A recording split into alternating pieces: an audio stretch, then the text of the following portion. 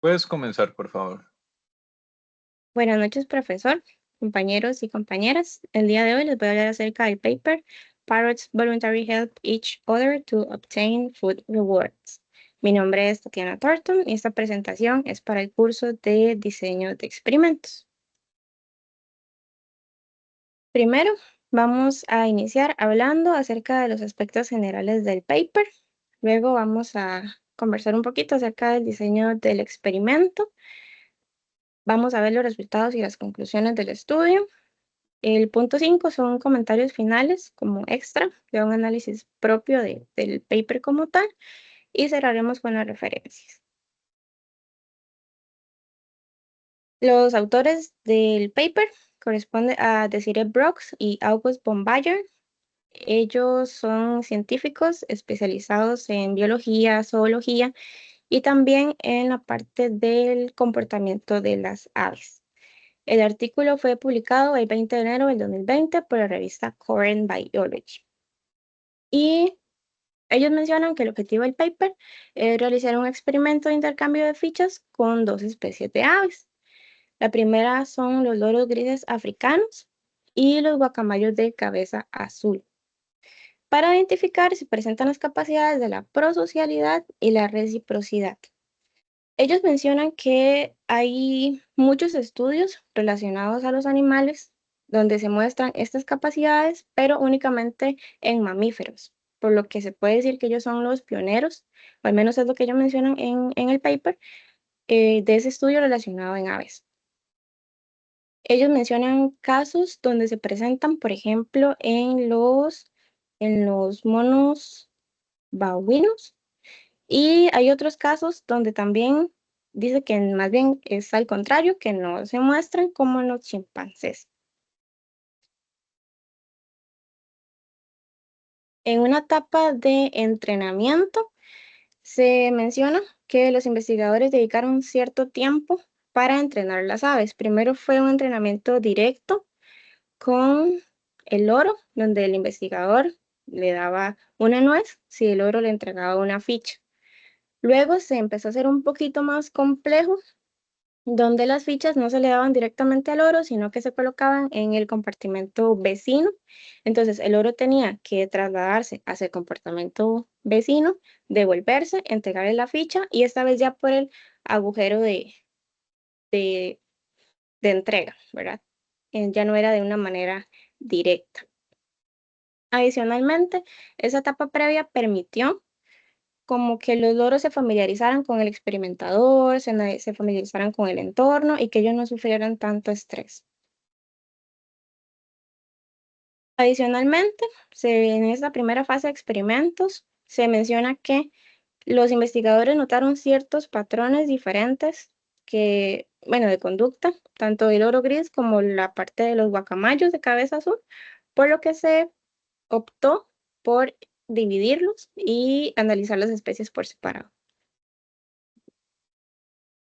El escenario presenta 4 escenarios principales, dentro de los cuales se tiene el escenario A, lo que ellos llaman prueba T, que es el escenario principal, donde un loro puede intercambiar una ficha por comida, pero él únicamente tiene acceso al investigador, no tiene las fichas, por lo que depende de su compañero para que le otorgue las fichas y así poderla intercambiar.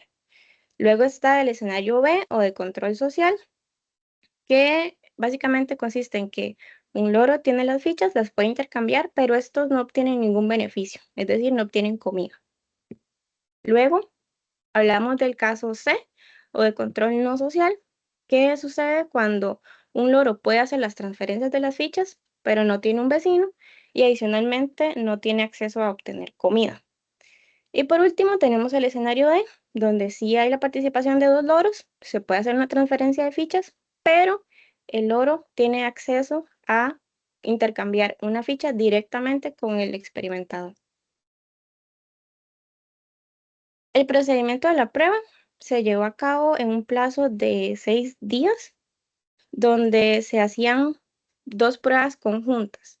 Se utilizaba una diada de aves, donde primero el ave 1 se ejecutaba el papel de actor hacía el experimento que contemplaba ya sea 10 minutos de tiempo o al intercambiar 10 fichas, lo que pasara primero. Seguidamente se pasaba a un break de 5 minutos, donde las aves se liberaban en el mismo espacio del experimento. Se regresaban las aves a la jaulita de prueba, se hacía el experimento de nuevo, pero esta vez con los roles invertidos, y posteriormente se realizaba otro break de 5 minutos. Bajo las mismas condiciones, se liberaban a los loros, podían andar libres por el aula de prueba y ya luego se devolvían a sus santuarios. Así sucesivamente, lo que cambiaba día tras día era el escenario que iban a investigar. Un punto importante aquí es que ellos para seleccionar las diadas hicieron una observación previa, donde querían identificar si las aves tenían cierta afinidad o cierto comportamiento, cierto vínculo entre sí, y con base en eso seleccionaban las diadas. Sin embargo, también hicieron pruebas con loros al azar, digamos, eliminando ese vínculo porque ellos querían identificar si realmente eso podía afectar o no al experimento. Luego tenemos los sujetos de prueba.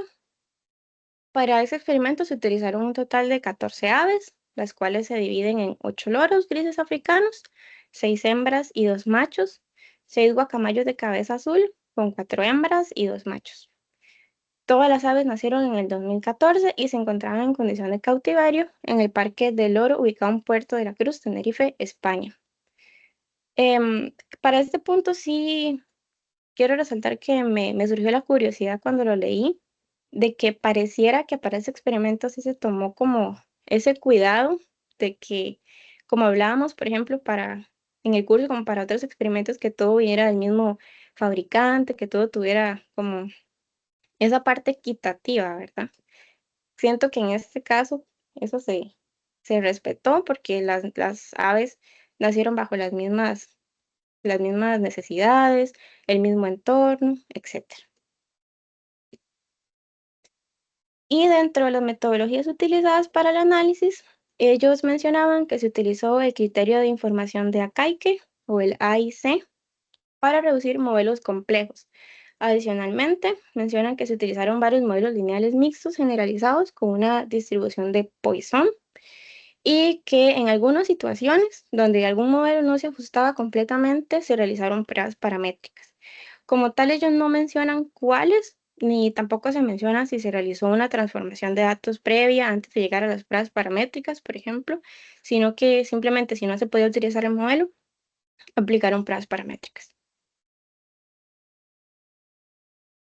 En la parte de los resultados, tenemos que para la prueba T, que es la prueba principal, y la prueba MC, que son básicamente los entornos donde ellos podían intercambiar comida con el experimentador, se obtiene que presentaron interés espontáneo desde las primeras pruebas, sin importar el cambio de roles. Ellos siempre tuvieron como esa proactividad de, de ejercer esa ayuda con su compañera.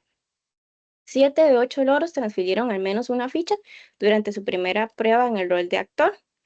No se observó una diferencia especial respecto a las diadas con y sin vínculos entre sí, que era lo que les mencionaba, y se observó que el receptor en muchas ocasiones intentaba llamar la atención del actor para que se hiciera el traslado de las fichas, ya que, por ejemplo, puede ser que el oro se distraía o demás, entonces él empezaba a hacer sonidos o aleteos y lograba su objetivo. Adicionalmente, para igual los mismos escenarios, se menciona que las transferencias de las fichas cuentan con un 84.7 de las veces que se realizaron con entrega pico a pico, mientras que un 8.9 que solo se dejó caer en el otro compartimento. Relacionado a las veces que los loros se acercaban primero a los actores con la ficha, fue únicamente el 6.4 de las veces para esperar que su compañero las tomara. Para el escenario de SC y NSC, que es básicamente cuando ellos no pueden obtener ningún beneficio a cambio del traslado de fichas, se dice que se disminuyó significativamente la transferencia de fichas cuando existía el compañero y además cuando ellos simplemente no podían hacer el intercambio con el experimentador. Ante esta situación, los autores mencionan que ellos descartan que los loros vieran ese comportamiento del traslado de fichas como un juego. ¿Por qué? Porque únicamente cuando se veía que ellos aceptaban o tenían una recompensa por el traslado de fichas era cuando se mostraban mayor interés.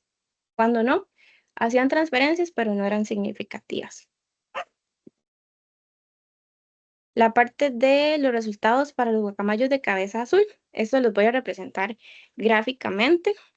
Ellos mencionan que, bueno, ellos brindan este gráfico y mencionan que para la parte de los guacamayos, que es la columna gris oscura, ellos participaron muchísimo menos, como se puede ver en comparación con los loros grises, en todos los escenarios. Donde obtuvieron mayor participación fue en la prueba T, en la prueba principal. Sin embargo, no igualaron ni por cerca al comportamiento de los loros grises. En el tema de las conclusiones del experimento, se puede identificar que los loros grises africanos muestran un mejor índice que los guacamayos de cabeza azul para el comportamiento prosocial. Aquí ellos mencionaban que podía suceder o ese comportamiento podía ser debido a ciertas actitudes o ya propias de la naturaleza de cada una de las aves. ¿Por qué? Porque, por ejemplo, el loro gris normalmente anda en grupos de hasta 1.200 ejemplares. Es decir, ellos se ven como toda una comunidad. La manera en que ellos buscan alimento siempre se hace como pensando en el beneficio en común. Y ellos mencionaban que el oro gris normalmente tenía como esa necesidad de ser parte de la comunidad y ganarse como un estatus social, ¿verdad? Mientras que el guacamayo de cabeza azul, no. Ellos normalmente pasan en grupos mucho más pequeños, son más individuales, no tienen tanto ese sentido de la comunidad. De hecho, por ejemplo, ahí se mencionaba que los pusieron a comer a todos juntos de un mismo cuenco y los guacamayos no, como que no toleraban la situación, comían, pero alejados igualmente. En cambio, los loros grises no tuvieron mayor inconveniente. El punto número 2, se debe separar la prosocialidad de la reciprocidad. Como mencioné en la parte de los resultados, se observó que normalmente ellos mm, no tenían esa necesidad de transferir las fichas cuando no había comida de por medio, por lo que no se concluye exactamente si realmente lo hacen únicamente porque hay comida, hay un beneficio. Entonces, eso es la prosocialidad, ¿verdad? Pero no los motivaba a hacer el intercambio cuando no tenían esa ganancia. Entonces, la reciprocidad como tal no quedó totalmente concluida. Dentro de los aspectos relevantes del estudio, estos ya son comentarios propios que yo pude observar. El número 1 que me llamó mucho la atención es que siempre se priorizó el bienestar animal. De hecho, se menciona que se aplicaron ciertos regímenes, como por ejemplo uno alemán y uno español, donde siempre se tenía en cuenta la parte del bienestar. Era tan estricto que, por ejemplo, todas las nueces que se les brindaba durante los experimentos ya estaban calculadas con base en los pesos de las aves y estaba contemplado también dentro de su alimentación del día a día. No era que le daban de más, por ejemplo. El punto número 2 es que se utilizan aves en cautiverio. Con esto entiendo que para los experimentadores es mucho más sencillo, ¿verdad? Desplazarme a un lugar, saber que ahí están las aves, que no tengo que ir ahí a la naturaleza, ¿verdad? Andar detrás de ellos. Entonces, eso me llama la atención. Sin embargo, me surge la duda si realmente este experimento se puede generalizar a todas las aves de esta especie o no, ya que son situaciones distintas. En el punto número 3, se brindaban todos los datos recolectados y es posible replicar el experimento. Eso fue algo que me llamó mucho la atención porque eran muy detallistas, mencionaban los materiales utilizados, las medidas, todo, digamos, todo el entorno, y ellos incluso mencionan que les gustaría ver el experimento con más muestras. El punto número 4, que es uno de los primeros estudios respecto al tema en aves, que de allí nace realmente la necesidad de hacer el estudio. Y con ese punto 4, siento que nosotros como investigadores tenemos que tener cierto cuidado cuando se hace un estudio base, porque es, es complicado que los demás investigadores no lo vean como una verdad absoluta, ¿verdad? Siempre tenemos que tener esa parte de criticidad cuando cuando se trata de un estudio tan nuevo. Luego, en la parte 5, ese sí lo menciono con cuidado, en el sentido que desde mi conocimiento cero en aves, ¿verdad? Definitivamente, las conclusiones veían que era como muy directas. Se presentaban los resultados y de una vez venía la conclusión. Era como, se observa menos cantidad de transferencias y por ende concluimos que los loros solamente tienen mayor motivación cuando hay comida de por medio. Entonces, por ende, no hay reciprocidad. Era como muy concreto el resultado y a veces me quedaba pensando como realmente cómo obtenían esa conclusión a partir de los datos, ¿verdad? Ahí siento que cabe la posibilidad de que los autores evidentemente son expertos en el tema de las aves y tal vez por ese conocimiento es que ellos lo pueden concluir con tanta seguridad. El mismo estudio también menciona que al ser una muestra pequeña, no es posible dar un criterio acerca de la reciprocidad, que ya eso ya lo mencioné. Y por último, no se menciona el por qué se seleccionó la especie de los loros. En este punto creo que ellos lo hacen principalmente porque tuvieron la facilidad o como que fue una muestra casi que mm, preferencial, ¿verdad? Que tenían el acceso, pero no mencionan específicamente por qué esas especies. Esas serían las referencias y muchas gracias por su atención. Muchísimas gracias por la presentación, Tatiana. Experimentos con animales, bueno, es toda una ciencia. Una ciencia en sí tiene que ser personal experto y bastante capacitado, ¿verdad? De todo esto, pues hay distintas áreas de afinidad y la gente que tiene que ejecutar eso, pues tiene muchas consideraciones que tomar en cuenta, por ejemplo, de cómo tratan los animales, si el experimento de alguna manera genera un sesgo, cosas por el estilo. ¿Consideras de que había un sesgo en la manera que ellos plantearon el experimento? Mm, ¿Involucrando a las dos especies o solo a una? Las dos, en cualquiera de los escenarios. Mm, Por un lado, pienso que sí hubo como igualdad de condiciones, como en eso que mencioné, de que tenían la misma edad, venían del mismo lugar, ya tenían como cierto comportamiento, pero sí siento que utilizaron especies muy distintas, a pesar de ser aves, sí tenían comportamientos diferentes dentro de su naturaleza. Mm, pero mayor de eso no aprecio detalle. Bueno, eso, y hay algo de que es fundamental, ¿verdad? Son aves en cautiverio. En Mm, cautiverio ya hay hasta simios que han logrado comunicarse por señas, ¿verdad? El orangutanes pues, específicamente, y eso pues, y pues eso va a generar un efecto. Entonces habría que ver si de parte de los hallazgos encontrados es influido por eso. Pero bueno, te agradezco un montón, Tatiana. Voy a dejar de grabar.